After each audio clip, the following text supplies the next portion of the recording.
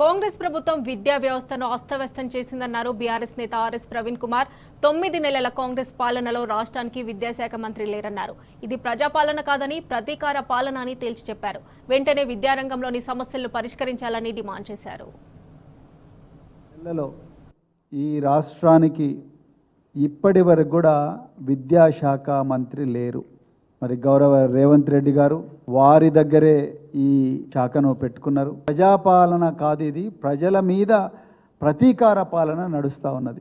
విద్యార్థుల మీద ప్రతీకార పాలన నడుస్తూ ఉన్నది. అదేవిధంగా నిరుద్యోగుల మీద కూడా ప్రతీకార పాలన నడుస్తూ ఉన్నది.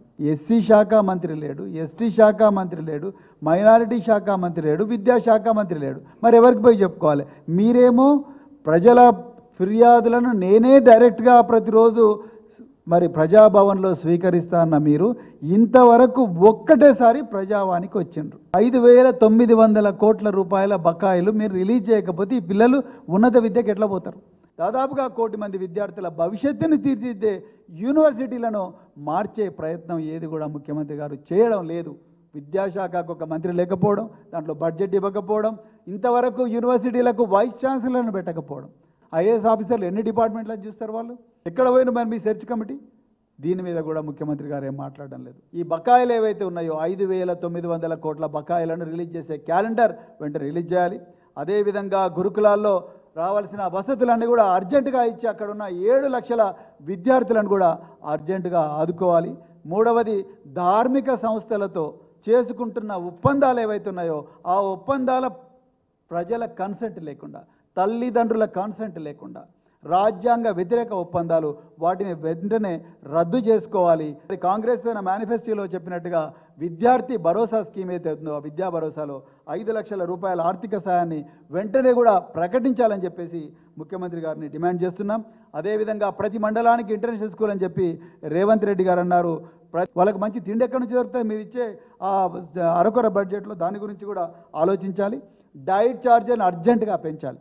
జైళ్లలో మగ్గుతున్న ఖైదీలు 83 రూపాయల తిండి తింటున్నారు. మాకు అభ్యంతరం లేదు, వాళ్ళకి మంచిగానే పెట్టండి, సంతోషం. కానీ విద్యార్థులకు మాత్రం 36 రూపాయలు మాత్రమే ఇవ్వడం అంటే సగానికి సగం తగ్గించినట్టు. దానివల్ల విద్యార్థుల మనోవికాసం అనేది జరగదు. అందుకొరకు అర్జెంటుగా డైట్ ఛార్జీలు 70 రూపాయలు వాళ్ళకు కూడా చేయండి అని చెప్పేసి మేము విద్యార్థులకు ఇవ్వాల్సిన యూనిఫామ్, అదేవిధంగా బూట్లు, అలాంటివన్నీ కూడా వెంటనే ఇవ్వండి. ఈ స్పెషలైజ్డ్ అకాడమీస్ ఏవైతే ఉన్నాయో వాటిని ఇంకా బలోపేతం చేయండి. బీసీలను వెంటనే నియమించాలి. విద్యార్థులలో ఆత్మహత్యల నివారణ కోసం రకరకాల సైంటిఫిక్ ఫౌండేషన్స్ ఉన్నాయి, వాటిని తీసుకొచ్చి మరి విద్యార్థులకు ట్రైనింగ్ ఇప్పించండి. దానివల్ల వాళ్ళ లోపల మంచి మానసిక ఉల్లాసం కలుగుతుందని. ధనవంతులకు ఒక న్యాయం, పేదలకు ఇంకొక న్యాయం ఉండకూడదు. చెరువులను తప్పనిసరిగా రక్షించుకోవాలి. కానీ దీంట్లో పాయింట్ ఏంటంటే ఒకరికి ఒక న్యాయం, ఇంకొకరికి ఒక న్యాయం జరగకూడదు. అందరికీ అవకాశం ఇవ్వాలి. మరి ముఖ్యంగా పేద మధ్యతరగతి వర్గాలకు చెందిన వాళ్ళకి ఆల్టర్నేటివ్ జాగా చూపించాలి. వాళ్ళు ఎక్కడ పోతారండి? నిన్న మహబూబ్నగర్లో ఇల్లు ఊలగొట్టిండ్రు. రాత్రి వచ్చి 400 మంది పోలీసులు ఊలగొట్టిండ్రు.